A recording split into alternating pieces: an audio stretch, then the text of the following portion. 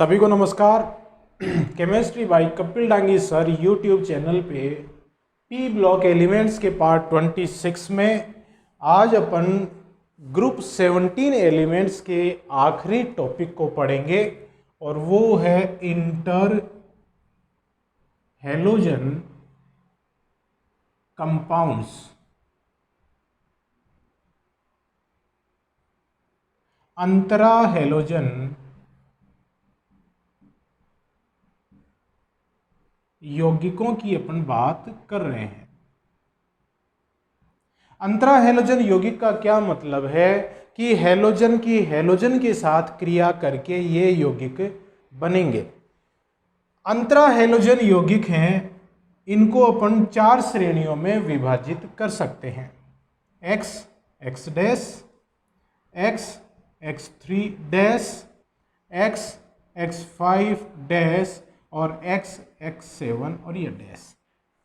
देखिए इसमें दोनों ही जो X हैं हर यौगिक में वो हैलोजन है। ये जो X है ये क्या है? उच्च विद्युत धनी है। मतलब X और X डैश की अपन तुलना करें तो उसमें से X जो है वो क्या है? उच्च विद्युत धनी है, कम विद्युत ऋणी है इन दोनों में से, और आकार में बड़ा है ये X जो है। और जो X डैश है वो क्या है? निम्न विद्युत धनी है, उच्च विद्युत ऋणी है।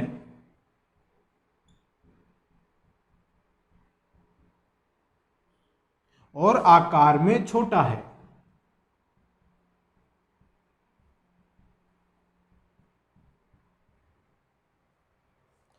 निम्न विद्युत धनी कौन सा? X dash. देखिए यहां पर X हर अणु में X देखो एक एक ही है, केंद्रीय परमाणु है, बड़ा है, और उसके ऊपर दूसरे हैलोजन जो छोटे हैं आकार में वो जुड़े रहते हैं। जैसे जैसे X और X डैश की त्रिज्याओं का अनुपात, त्रिज्या अनुपात बढ़ता है तो क्या होगा? केंद्रीय परमाणु पर X डैश की संख्या बढ़ती है।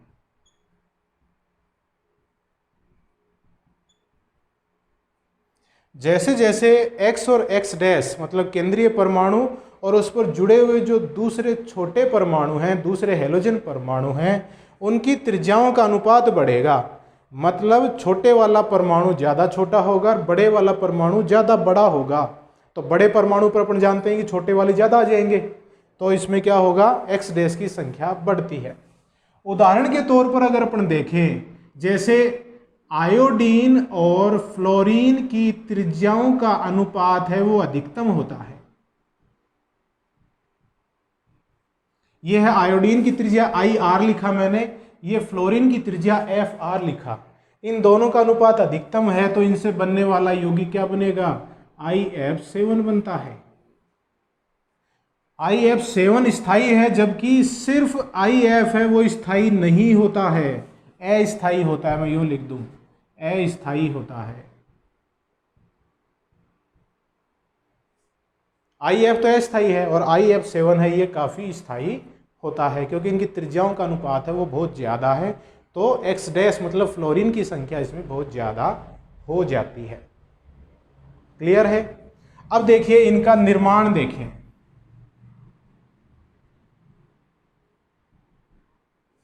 निर्माण है विभिन्न हैलोजन आपस में सीधे अभिक्रिया करके अंतरा हैलोजन यौगिक बना लेते हैं, लेकिन कंडीशन बदल देने से, सांद्रताएं बदल देने से बनने वाले उत्पाद हैं उसकी प्रकृति बदल जाती है। जैसे अपन देखें कि Cl2 प्लस F2 सम आयतन ले अपन और तापमान ले 437 केल्विन, तो बनेगा इसमें ClF। ClF मतलब क्लोरीन पे एक ही फ्लोरीन जुड़ा हुआ है। अगर Cl2 और F2 की अभिक्रिया करवाएं और इनको आप लें सब मोलों की संख्या समान लें और तापमान कर दें 573 केल्विन, तो बनेगा ClF3। क्लोरीन ट्राईफ्लोराइड का निर्माण हो जाता है। ये दो अणु, तो यहाँ पे Cl2 हो गए, फ्लोरीन को मैं यहाँ पे 3 लगा दूं, तो देखिए तापमान बदल देने से क्या हो जाएगा, उत्पाद बदल जाता है। और देखिए जैसे आयोडीन की क्रिया अगर क्लोरीन से कराएं और क्लोरीन कैसा है, तनु है, तो बनेगा इसमें ICl, 2ICl का निर्माण होता है। लेकिन अगर आप क्लोरीन को आधिक्य में ले लें तो बनेगा ICl3। ICl3 का आयोडीन ट्राईक्लोराइड का निर्माण होता है। और एग्जाम्पल देखें इनके निर्माण के, अगर आप ब्रोमीन प्लस F2 फ्लोरीन की अभिक्रिया कराएं और फ्लोरीन क्या है, जल के साथ तन्नु किया हुआ है, तन्नु है, तो बनेगा BrF3। और अगर ब्रोमीन की क्रिया फ्लोरीन के साथ कराएं और फ्लोरीन है आधिक्य में, तो बनेगा BrF5। ब्रोमीन है पेंटाफ्लोराइड के रूप में प्राप्त होता है। तो विभिन्न हैलोजनों की सीधे आपस में अभिक्रिया होती है, लेकिन कंडीशन बदल देने से, सांद्रताएं बदल देने से बनने वाले उत्पाद हैं वो बदल जाते हैं। ठीक है, तो इस तरह से ये बदल गया। अब देखिए इनके नाम कैसे लिखें। अगर इनके नामकरण की बात करें तो नामकरण का एक सीधा सा फंडा है कि जो ज्यादा विद्युत ऋणी परमाणु होगा किसी भी अणु में, वो ऋणायन के रूप में होगा। तो और ऋणायन के नाम के अनुलग्न के रूप में अपन आइड है, आइट है, एट है, ये लगाते हैं।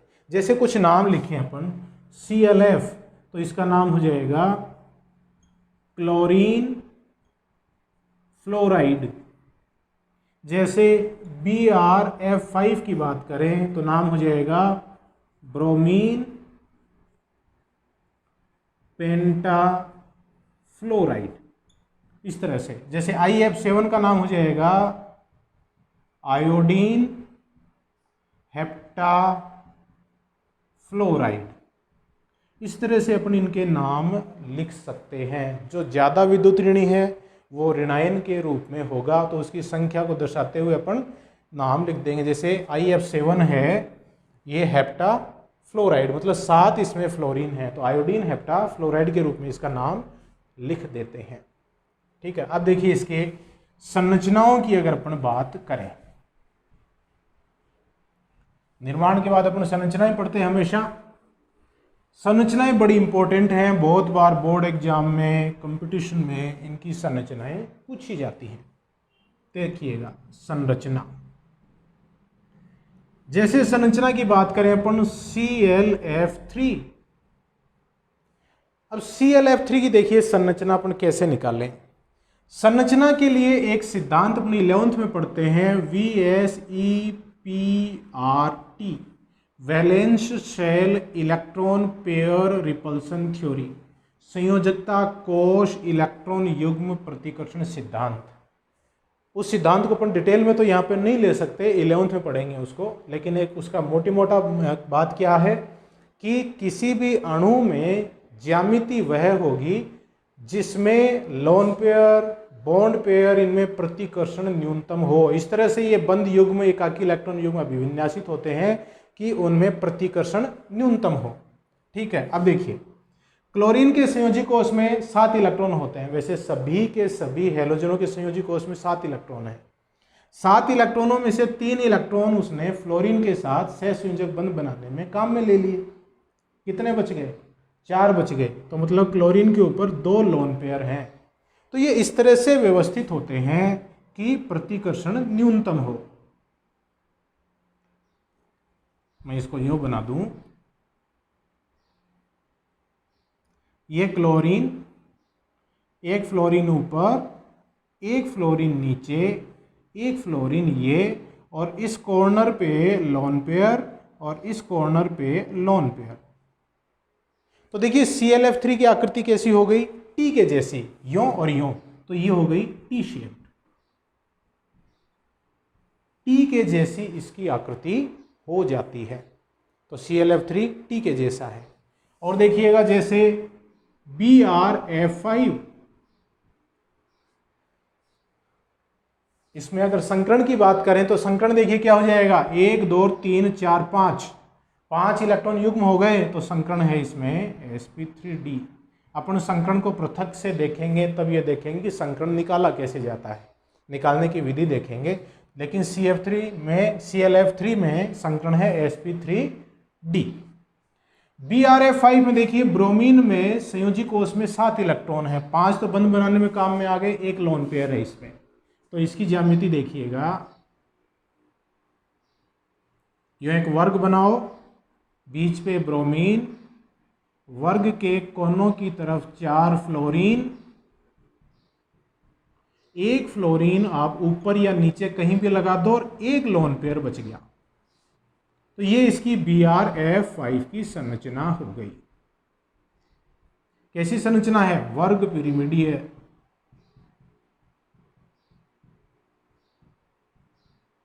वर्ग पिरिमिडीय संरचना हो गई। और इसमें देखिए 6 इलेक्ट्रॉन युग्म हो गए, तो इसका जो संकरण है वो है sp3d2। sp3d2 इसमें संकरण आता है। IF7, आयोडीन के पास 7 इलेक्ट्रॉन है संयोजी कोष में, 7 इलेक्ट्रॉन है वो इसने बंध बनाने में प्रयुक्त कर लिए, कोई लोन पेयर नहीं है। तो इसकी ज्यामिति देखिएगा,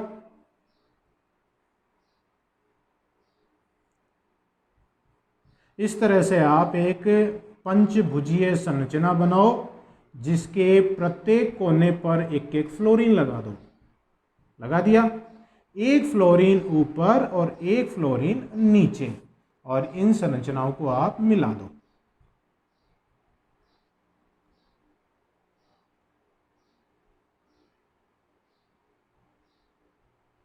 वैसे इसको मिला दो, तो इसकी संरचना कैसी हो गई, पंचभुजीय द्विपिरिमिडीय, पंचभुजीय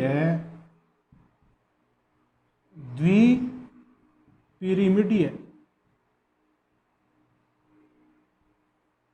और संकरण कैसा हो जाएगा, क्योंकि इसमें 7 बंध है, लोन पेयर कोई है नहीं, तो देखिए 1s 3p और 3d, टोटल कितने हो गए, 7 हो गए ना। तो sp3d3 इसकी संरचना हो जाती है। ये तो थे कुछ अणुओं की संरचना।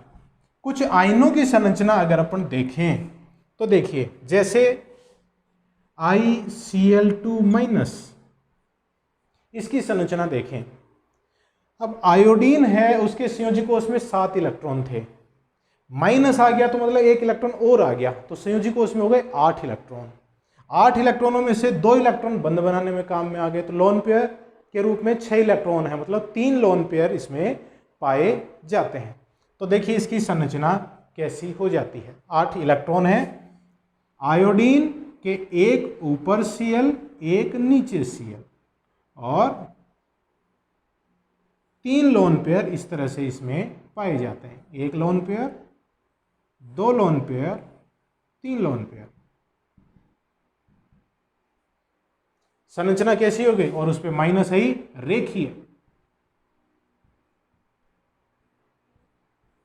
रेखीय संरचना इसकी हो जाती है ICl2- की। ICl4- की अगर अपन संरचना देखें तो देखिए संरचना कैसी हो जाती है।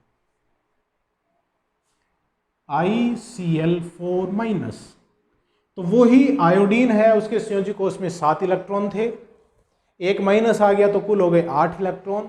8 में से 4 इलेक्ट्रॉन उसने बंध बनाने में काम में ले लिए, 4 क्लोरीन के साथ साझा कर लिया, कितने बच गए, 4 इलेक्ट्रॉन, मतलब 2 लोन पेयर के रूप में। तो इसकी जो संरचना है वो इस तरह से हो जाएगी। आयोडीन बीच में,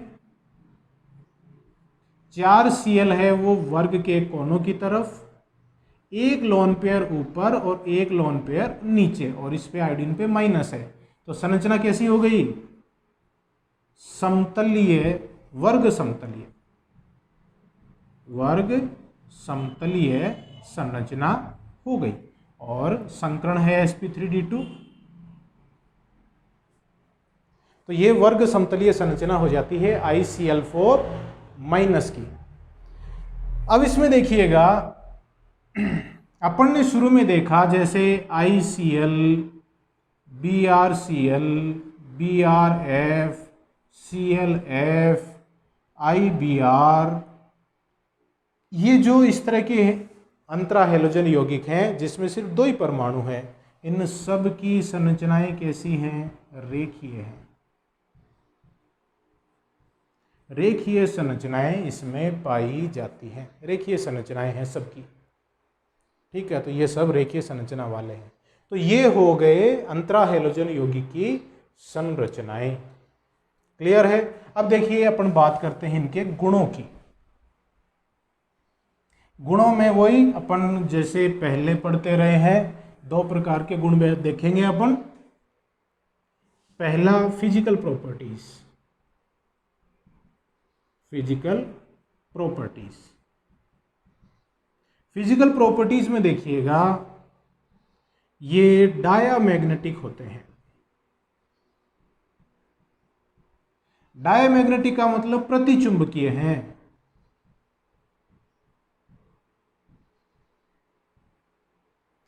इन यौगिकों में किसी भी अणु में कोई भी अयुग्मित इलेक्ट्रॉन उपस्थित नहीं होता है, सारे इलेक्ट्रॉन युग्मों के रूप में उपस्थित हैं, इसलिए ये प्रतिचुंबकीय होते हैं। इनका स्थायित्व हैलोजनों की तुलना में कम होता है।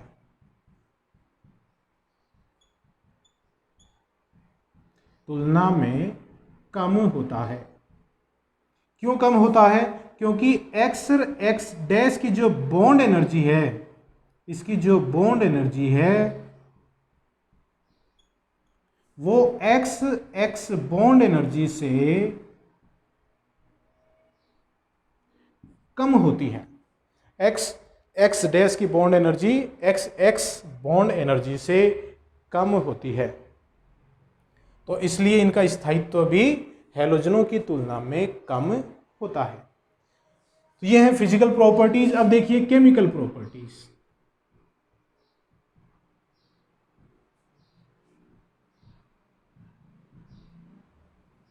रासायनिक गुण। अभी अपन ने देखा कि जो अंतरा हैलोजन यौगिक हैं इनकी बंध ऊर्जाओं के मान हैलोजनों की तुलना में कम है। बंध ऊर्जा के मान कम हैं तो इनकी क्रियाशीलता, अंतरा हैलोजन यौगिकों की क्रियाशीलता का मान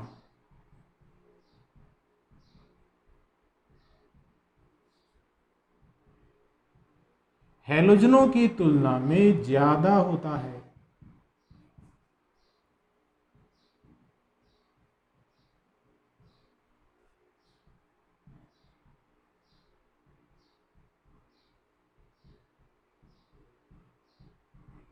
अंतरा हैलोजन यौगिक हैलोजनों की तुलना में ज्यादा क्रियाशील होते हैं क्योंकि बंध ऊर्जा का मान कम है। अंतरा हैलोजन यौगिकों में जो फ्लोराइड हैं वो फ्लोरीकारक के रूप में प्रयुक्त होते हैं। फ्लोरीकारक के रूप में वो प्रयुक्त होते हैं। जैसे देखिएगा जो यूरेनियम है, उस यूरेनियम का अगर फ्लोरीनीकरण आपको करना है तो BrF5 की क्रिया करवाते हैं तो UF6 प्लस BrF3, तो फ्लोरीन कितने लग गए? 6 लग गए, और इसमें 2 एक में गए तो ये 3 फ्लोरीन हो गए 5 3 15, 9 और 6 15, ठीक है। तो देखिए यहाँ पर यूरेनियम है, उसको अगर किसी भी रेडियो सक्रिय अभिक्रिया से पृथक करना है तो उसके अपन फ्लोराइड यौगिक बनाकर उनको पृथक कर सकते हैं। तो जैसे ये BrF5 मतलब ब्रोमीन पेंटाफ्लोराइड के साथ अगर अभिक्रिया करवा दी तो यूरेनियम है वो फ्लोराइड के रूप में पृथक हो जाता है। तो इस तरह से ये काफ़ी क्रियाशील होते हैं, फ्लोरीक्रमक के रूप में भी इनका उपयोग किया जा सकता है। तो ये हो गए इनके रासायनिक गुण। यूजेज में अगर अपन देखें तो यूजेज में एक तो ये फ्लोरीक्रमक के रूप में काम में आते हैं, विलायक के रूप में इनका उपयोग किया जा सकता है, ये ऑक्सीकारक भी हैं।